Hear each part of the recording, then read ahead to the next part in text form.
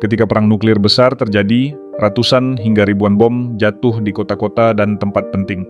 Cahaya terang, panas ekstrem, dan gelombang kejut menghancurkan apapun di sekitarnya.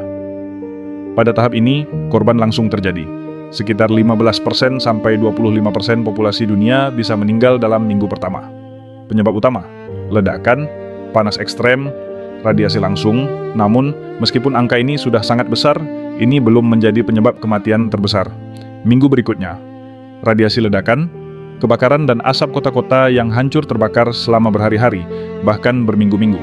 Asap hitam pekat naik tinggi ke atmosfer dan menyelimuti bumi.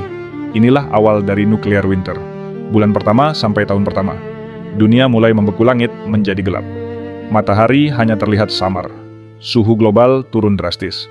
Perubahan yang terjadi, suhu bisa turun 10 sampai 20 derajat Celcius secara global. Bahkan lebih di beberapa wilayah. Musim menjadi kacau, hujan jarang terjadi.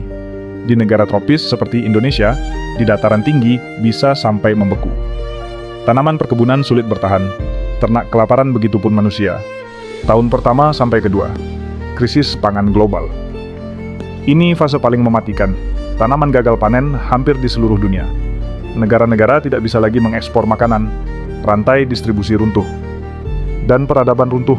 50% sampai 70% populasi dunia 5,6 miliar bisa meninggal karena radiasi, kelaparan, malnutrisi, penyakit, virus.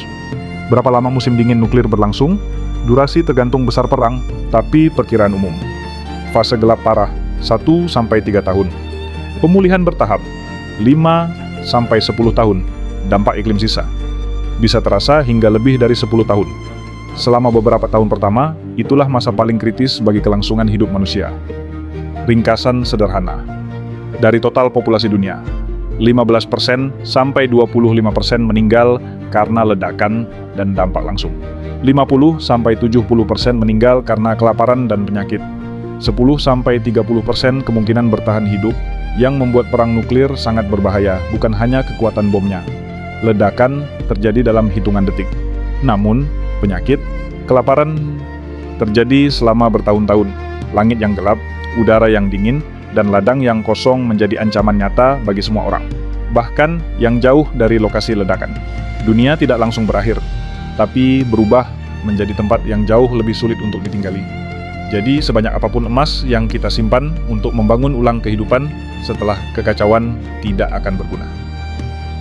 Kemampuan bertahan hidup dan keimanan yang jadi harapan.